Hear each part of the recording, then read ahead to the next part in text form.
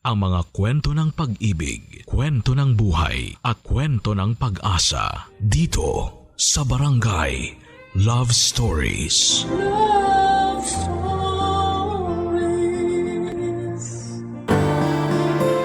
Mapagpasensya at mapagkandili ang pusong wagas kung magmahal. Ngunit napupuno rin po ito kapag paulit-ulit na binabaliwala at sinaktan. Ikaw, kabarangay, naranasan mo na bang maabuso ng mga taong malapit sa puso mo? Dear Papa Dudut, naranasan niyo na bang makulong? Hindi sa likod ng mga rehas sa presinto ha, kundi sa responsibilidad ninyo sa inyong pamilya. Ako kasi oo, at akala ko ay hindi na ako makakawala pa mula sa aking pagkakabilanggo. Ang mga karanasan kong yon sa buhay ang rason kung bakit ako sumulat sa programa ninyong Barangay Love Stories. Pero bago ang lahat ay magpapakilala muna ako. Tawagin niyo na lamang po ako sa pangalang Jenica, 27 years old at tubong Montalban, Rizal. Nagtatrabaho ako sa isang private company sa Quezon City. Naisip kong magpadala ng istorya sa inyong istasyon upang ibahagi ang mga karanasan ko sa buhay. Sana ay may matutuhan dito ang mga kabarangay natin. Magsisimula ang lahat noong nasa high school pa lamang ako, Papa Dudut.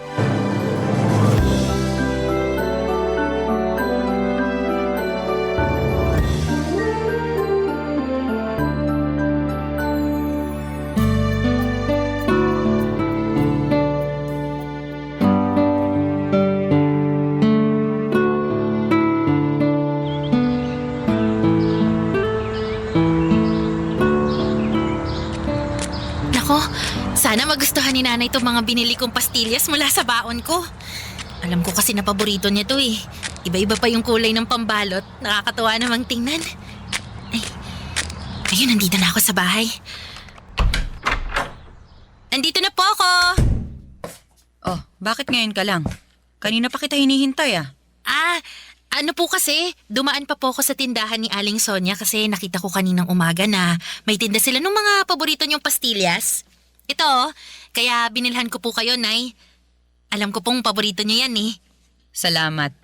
Pero akala mo ba madadaan mo ako sa pagbili niyan? Ano po? Anong ano po? May kasalanan ka pa sa akin, Jenica. Ayan oh, tignan mo. Ano, pamilyar ba sa'yo itong mga papel na to? Opo, mga test paper. Na tinago mo sa ilalim ng kama mo. Akala mo yata hindi ko makikita, no?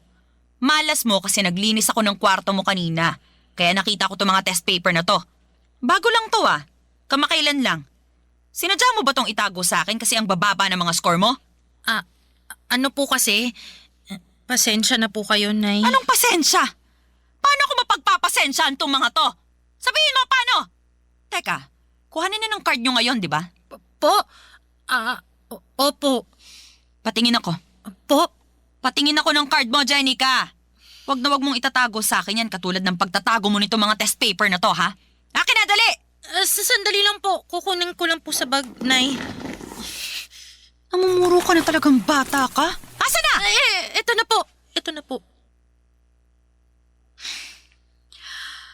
Ay, Diyos mio. Sinasabi ko na nga ba ang bababa ng mga grado mo? Pasensya na po talaga kayo, Nay.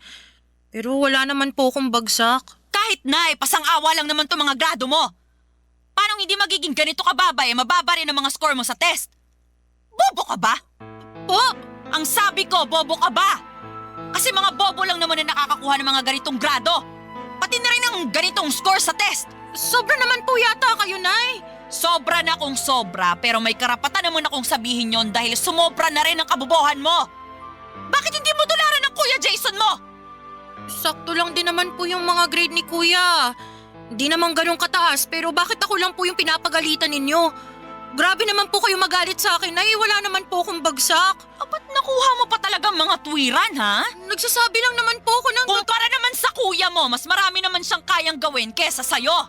Magaling siyang tumugtog ng drums. Kaya nga nasali siya sa banda ng eskwelahan ninyo, hindi ba? Mahusay din mag-basketball. May itsura kaya laging laman ng mga pageant. Magaling makisama, magiliw kaya maraming natutuwa sa kanya. Ay naku, ang anak kong yun, napaka-perpekto. Ikaw, sa pag-aaral ka na nga lang babawi, pumalpak ka pa? Saan ka nalang pupulutin yan pagtanda mo, Jenica? Baka walang kumpanya ang gustuhin kunin ka dahil napakahina ng utak mo. Walang-wala ka talaga sa kalingkingan ng kuya mo. Papa Dudut, hindi yun ang unang beses na kinumpara ako ni Nanay Irma kay Kuya Jason. Pero paulit-ulit pa rin akong nasasaktan. At walang pinagkaiba ang sandaling yon. Akala ko'y manhid na ako pero naapektuhan pa rin ako ng bigat ng mga salita niya laban sa akin. Sa mata ng nanay namin, ang kuya ko na ang pinaka-perpekto. Kulang na lang ay gawin niya itong santo at sambahin. Samantala ang turing naman niya sa akin ay kabaligtaran ng mga magagandang bagay na sinabi niya sa kapatid ko. Hindi talaga patas ang tingin sa amin ang aming nanay simula pagkabata pa lamang. Ang tatay ko lamang ang kakampi ko noon pero iniwan niya ako nung naghiwalay sila ni nanay. Mas naramdaman ko tuloy na nawala na ako ng puwang sa pamilya namin dahil wala na ang nag-iisang may paborito sa akin. Fast forward. Sa kabila ng unfair treatment ni nanay sa akin ay nagsikap pa rin po ako sa buhay para makapagtapos ng pag-aaral at makapagtrabaho. Pero doon pa lang pala magsisimula ang mas mabigat kong mga problema, Papa Dudut.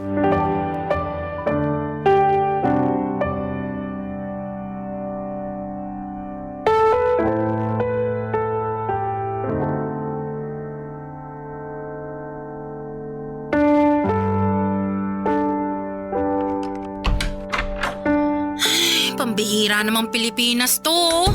Ang lala na talaga ng traffic. Mas nakakapagod pa bumiyahe araw-araw kaysa sa aktwal na trabaho sa opisina eh. Wala na ba talagang pagbabago? Buti pa makaupo nga muna. Oy! Ilang oras kang nakaupo sa opisina tapos pagdating mo sa bahay uupo ka na naman. Hindi ka ba napapagod? Napapagod po, kaya nga po ko uupo. O mamaya ka na umupo. Akin na muna. Yung ano po? Tanga ka ba? Di yung sweldo mo. Baka nakakalimutan mo, araw nang bigay mo ngayon ng sweldo. Kanino ko pa iniintay yan eh. At singilan na naman sa renta. Naubusan din tayo ng gas. Naku, sumabay pa talaga. Hindi ko tuloy natapos yung niluluto ko. Anak ng lintik. Ano na? Asan na yung pera? Teka lang naman po, Nay.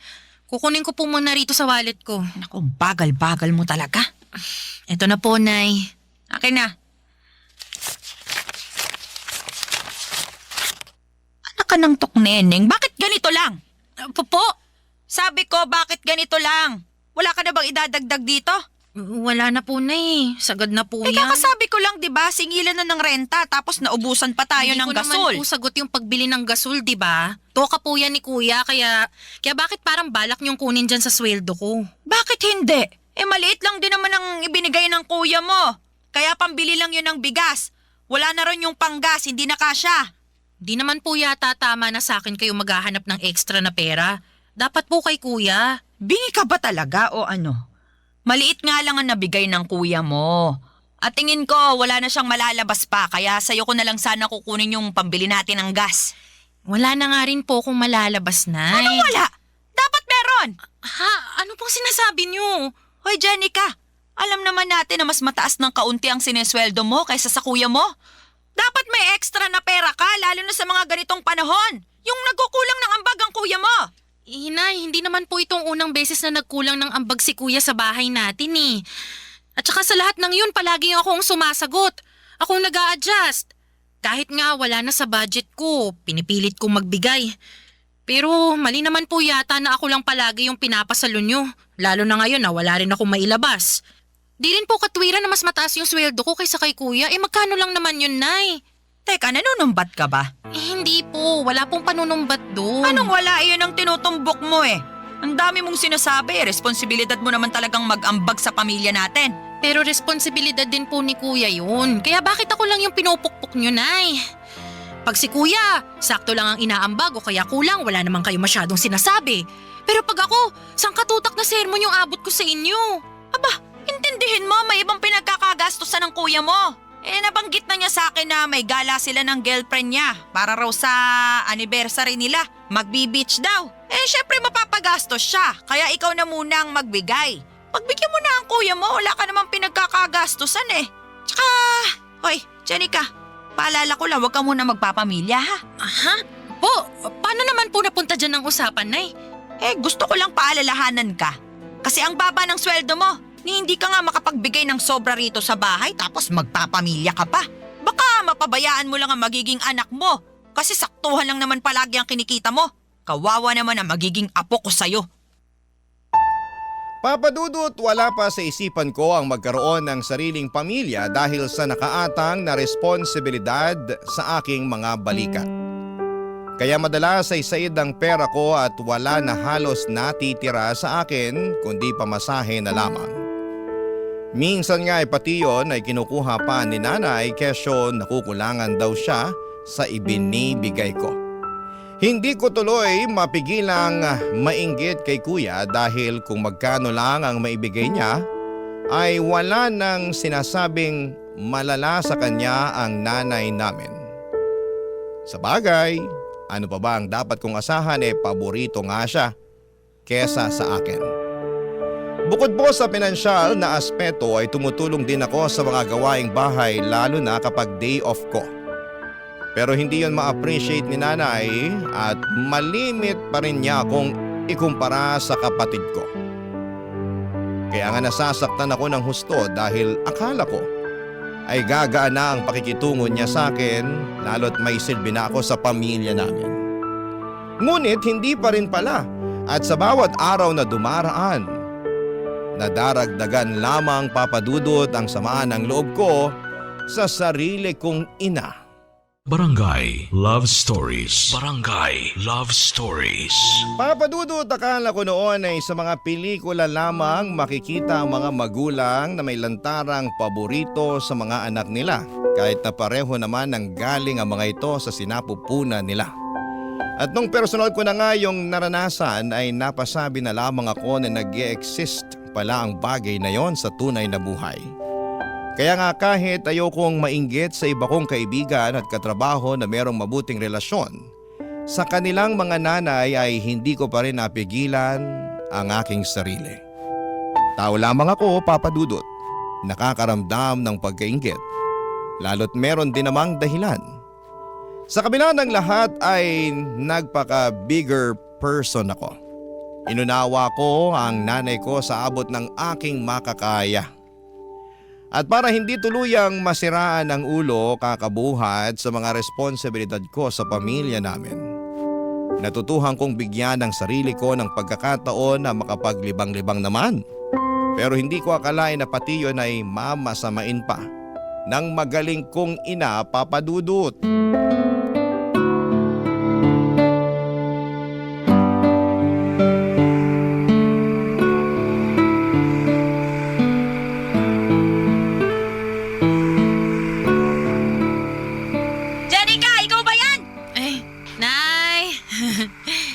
Nandito na po ako.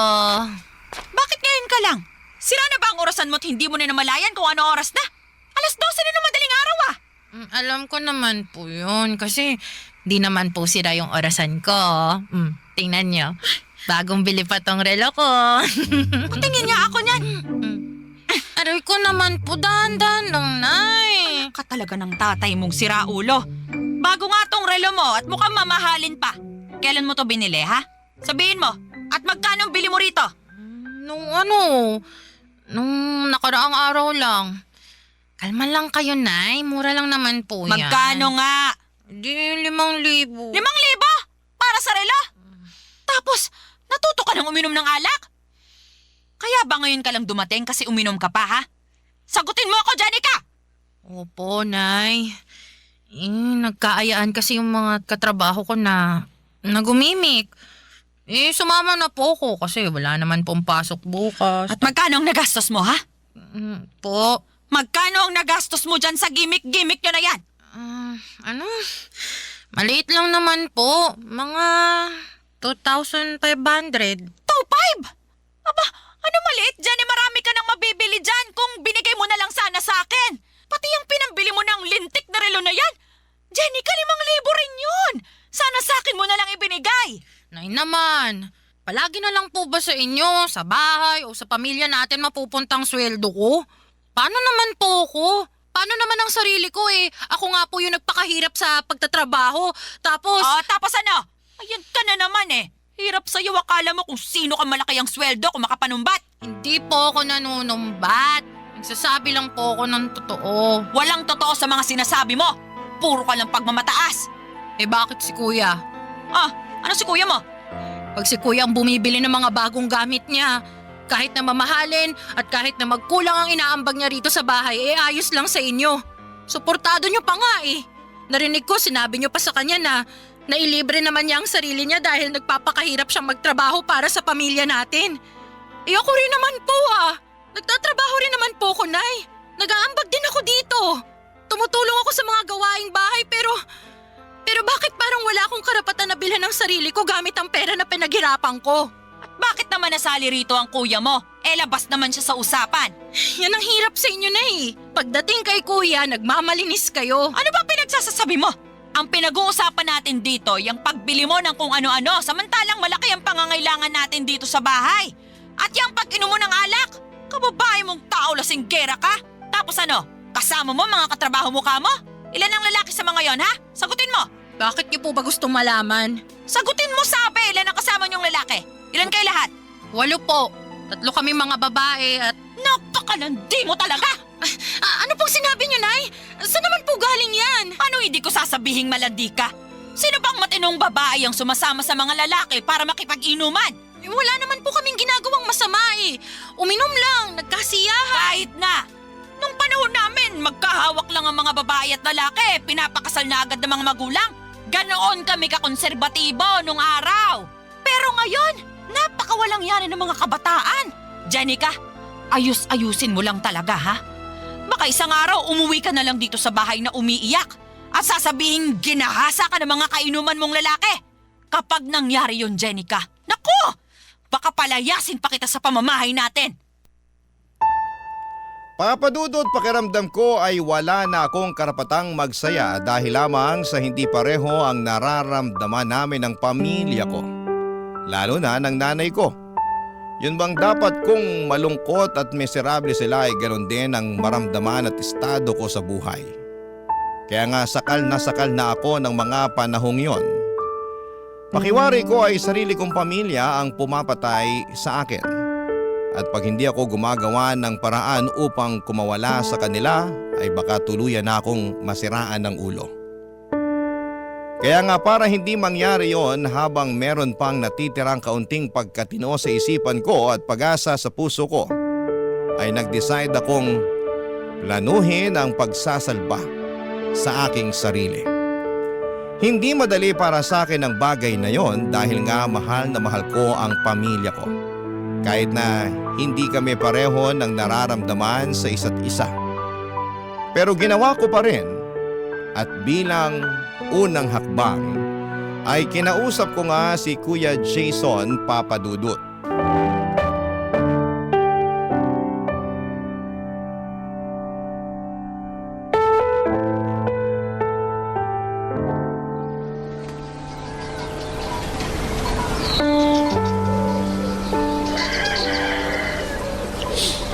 Kuya Jason, pwede ba tayong mag-usap?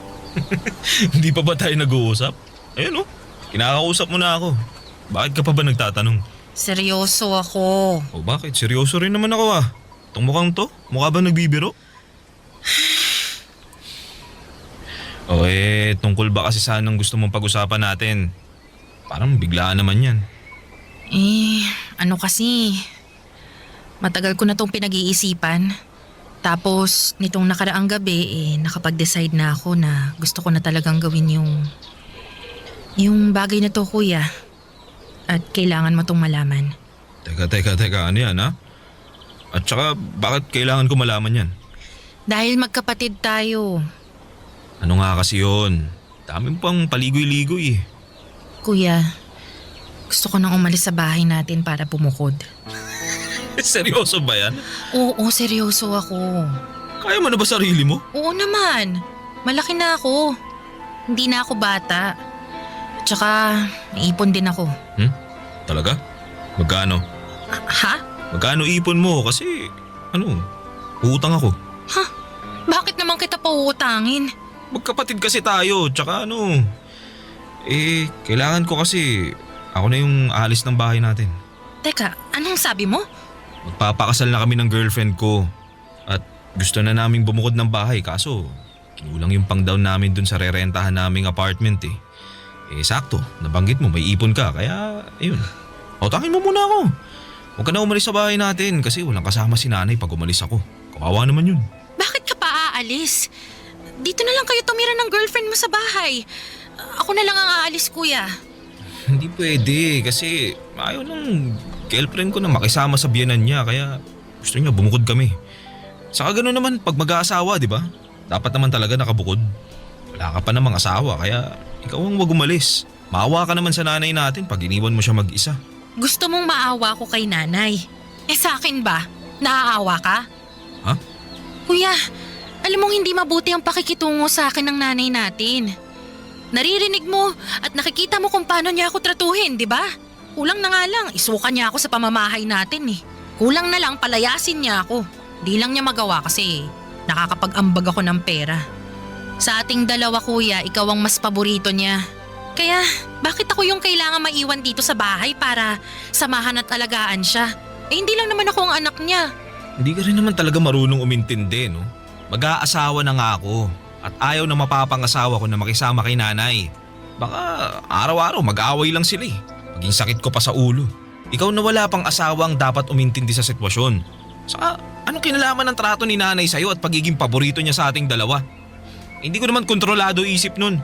Alam mo, kung gusto mong umalis, di umalis ka. Iwan mo si nanay. Pabayaan mo siya.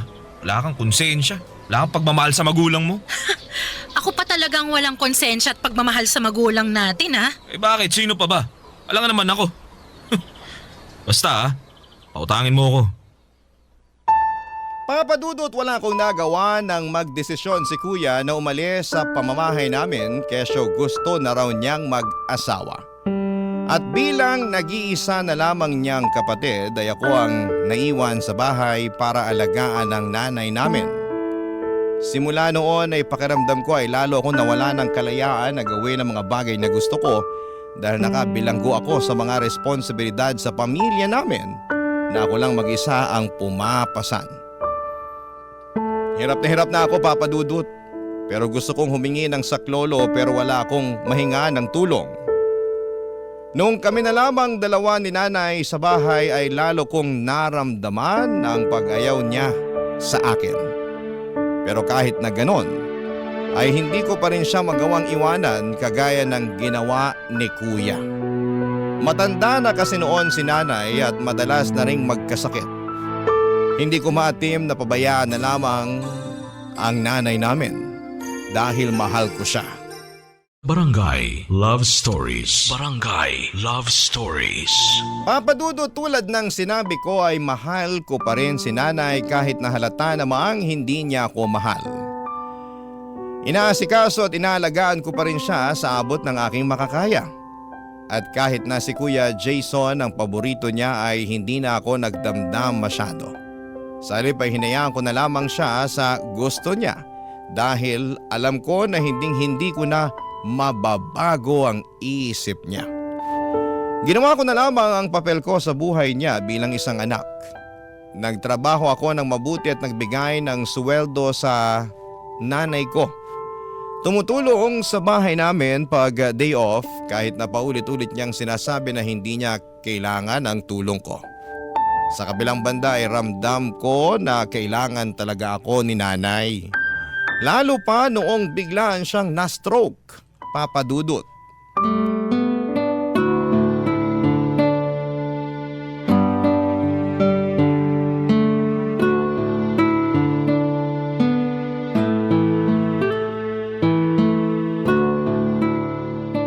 Ano ba yan? Adobo? Ang putla. Kulang sa toyo, mukhang matabang. Oh, bakit? Nasa stress lang po ako. Stress. Sabihin mo, sa akin, ano? Sa sitwasyon po. Sorry na, hindi ko lang mapigilan eh. Pagod lang din po ako ngayon dahil maraming ginawa sa opisina. Tapos ayaw nyo pang kumain eh. Sabi sa akin ng bantay nyo kanina, wala rin kayo halos kinain. Sumpungera talaga yung pinsan mo. Ako po nagtanong sa kanya tungkol sa inyo, Nay. Kinamusta ko po kayo. Tsaka bakit ba kayo nagagalit sa kanya eh? Siya na nga yung nagmamagandang loob na bantayan kayo. Hindi ko naman kailangan ng bantay. Kaya ko naman ng sarili ko. Kalahati lang ang paralisado sa katawan ko. Nagagalaw ko pa ang mga kamay ko. Nakakapagsalita pa ako. Hindi pa ako imbalido. Nay naman eh. Kuya mo na lang sana ang kasama ko. Sana siya na lang din na nag-aalaga sa akin. Yung nagluluto ng pagkain ko. Mas masarap pa siya magluto kumpara sa luto mo na hindi maintindihan ang lasa. Wala na nga po si Kuya. Umalis na rito sa bahay natin kasi nag-asawa na, di ba? Eh kaya nga sana nandito siya. Bakit ba panay kayo hanap kay Kuya? Eh andito naman ako para alagaan kayo. Panay kayo hanap sa wala eh simula nung na-stroke kayo. Mabibilang na lang sa kamay ko sa daliri yung mga pagkakataon na binisita nila kayo rito sa atin. Basta. Mas gusto ko ang kuya mo. Kung meron lang talagang pagpipilian. Hindi ikaw ang gusto kong mag-alaga At sa akin. tingin ninyo, gusto ko na ako mag-alaga sa inyo? Anong sabi mo? Nay, sumusobra na po kayo eh. Kung makapagsalita kayo, parang wala na akong ginawang mabuti sa pamilya natin, no? Lagi niyong pinamumuka sa akin na wala akong silbi, na kulang ang mga effort ko, na palagi na lang si Kuya ang magaling at nakakalamang. Lagi niyo na lang akong kinukumpara sa kanya. Anak niyo rin naman ako, di ba? Bakit, Nay? Bakit kayo ganyan sa akin? Bakit pagdating kay Kuya ang bait-bait niyo? Tapos sa akin hindi? Sabihin niyo, Nay, bakit ba? Mas mahal ko ang kuya mo kesa sa'yo. Ano magagawa ko? Tsaka kahit anak kita, kahit nang galing ka sa sinapupunan ko, hindi kita ginusto. Ano po? Ayoko nang magkanak pa kami ng tatay mo. Dahil ilang beses na ako nakunan pagkatapos ng kuya mo. Pero mapilit ang tatay mo. Makulit. Kahit ayoko na, sige pa rin. Nung nalaman kong buntis ako sa'yo, pinagsamantalahan ako ng tatay mo. Pinilit niya akong buhayin ka dahil gusto pa raw niya ng isang anak. Kaya kahit ayoko, kahit natatakot na akong mabuntis at manganak, wala akong nagawa kundi sundin siya. Mas takot ako sa galit ng tatay mo at sa pwede niyang gawin. Paano kung patayin niya ako? Yung bata-bata pa ng kuya mo. Kaya po ba wala kayong kaamor-amor sa akin dahil sa kasalanan sa inyo ni tatay? Oo. Tapos nakuha pa niyang mambabae. Iniwan niya kayo sa akin. Ikaw! Iniwan ka niya para buhayin ko. Kapal ang mukha niya. Kaya hindi mo ko masisisi kung bakit ganito ko makitungo sa'yo. Pag nakikita kita, Naaalala ko ang mukha ng taong nanamantala sa akin. Nanloko at nangiwan. Pakiramdam ko, hindi talaga siya nawala. At nabubuhay siya sa katauhan mo. Papa Dudut, yun pala ang dahilan kaya hindi ako mahal ng nanay ko. Pero maling-mali naman na isumbat niya sa akin ang kasalanan sa kanya ng aking tatay. Hindi ko rin naman ginusto na mabuhay at ipanganak sa mundo. Kung may pagpipilian lamang ako, kung alam ko lang na magiging miserable ang buhay ko sa mga kamay ng nanay ko ay hindi na lamang sana ako isinilang noon. Sana ay namatay na lamang ako sa sinapupunan ng nanay ko. Nagpatuloy ang hindi magandang trato sa akin ni nanay kahit na ginagawa ko naman ang lahat para alagaan siya, irespeto at unawain. Gabi-gabi ay nagdarasal ako sa Diyos. Nahawakan niya ang puso ng nanay ko para magbago ito. Pero imposible na yatang mangyari yon dahil sa kabila ng karamdaman ni nanay ay mas naging malala pa ang trato niya sa akin. Sa katunayan ay nagawa na rin niya akong saktan kapag inis na siya. Bagay na hindi ko kayang tiisin, Papa Dudut. Doon ko na naisip ang isang bagay na ni sa hinagap ay hindi ko akalaing magagawa ko sa kanya. Dinala ko si nanay sa apartment ni kuya tulad ng palaging bukang bibig niya na mas gusto niya na si kuyang mag-alaga sa kanya kesa sa akin.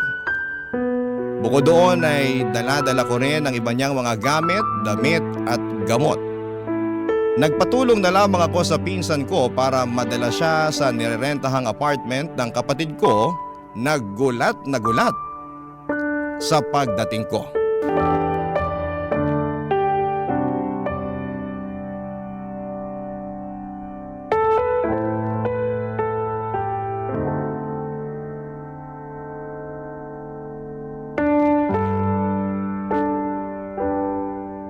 Kuya, iiwan ko na sa pangangalaga mo si nanay. Ano?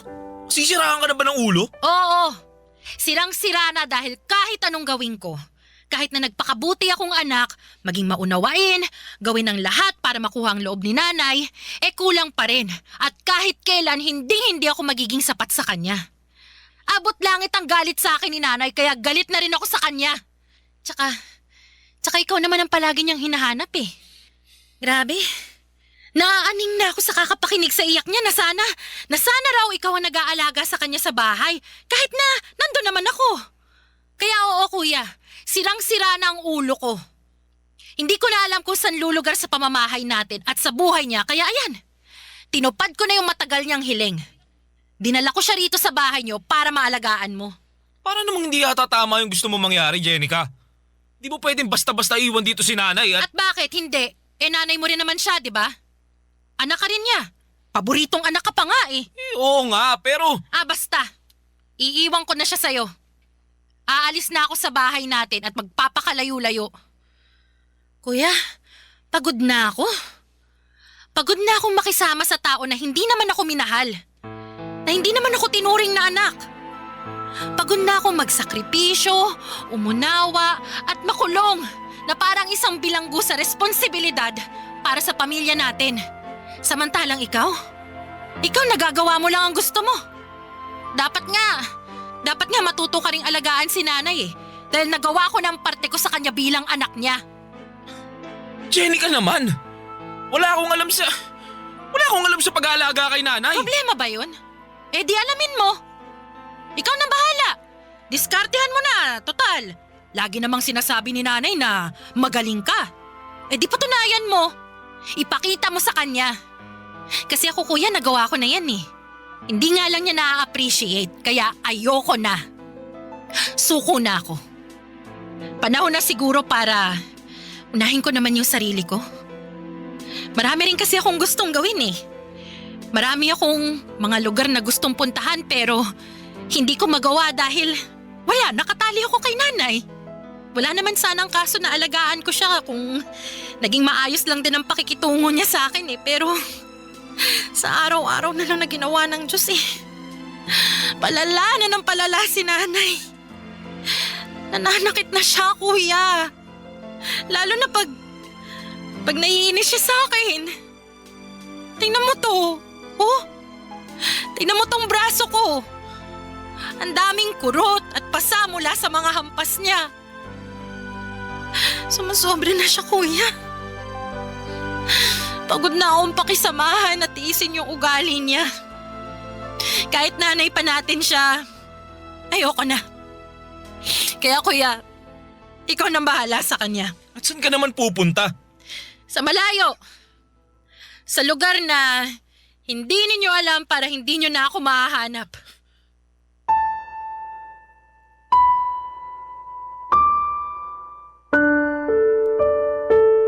Papa Dudut, masama na akong anak kung yan ang tingin ninyo sa akin dahil sa pagtatakwil ko sa sarili kong ina. Ngunit kung hindi ko po yun gagawin ay baka matagal ko nang kinitil ang sarili kong buhay sa pagtitiis na pakisamahan siya. Sobrang sirang-sira na talaga ang mental health ko at anumang sandali ay baka mabaliw na ako. Aaminin ko na hindi rin naman madali sa akin na umalis pero kailangan ko namang salbahin ang sarili ko. Sa kasalukuyan ay patuloy pa rin akong umuusad sa buhay ko kahit na may mga gabi na bumabalik sa aking alaala ang sakit na dulot ng mga naranasan ko sa buhay na kagagawan ng sarili kong ina.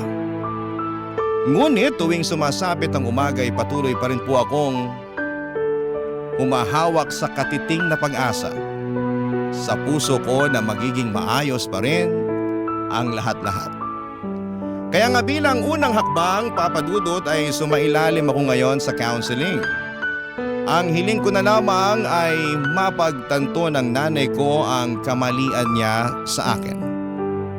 Dahil mali pa rin na sisihin niya ako sa kasalanan na nagawa sa kanya ng tatay ko. Hanggang dito na lamang po ang sulat ko, Papa Dudut. Maraming salamat po sakaling mapili po ninyong i-ere sa inyong programa ang aking kwento. God bless and more power po sa Barangay Love Stories. Ang inyong forever kapuso at ka-barangay, Jenica. Kwentuhan naman tayo dito sa comment section.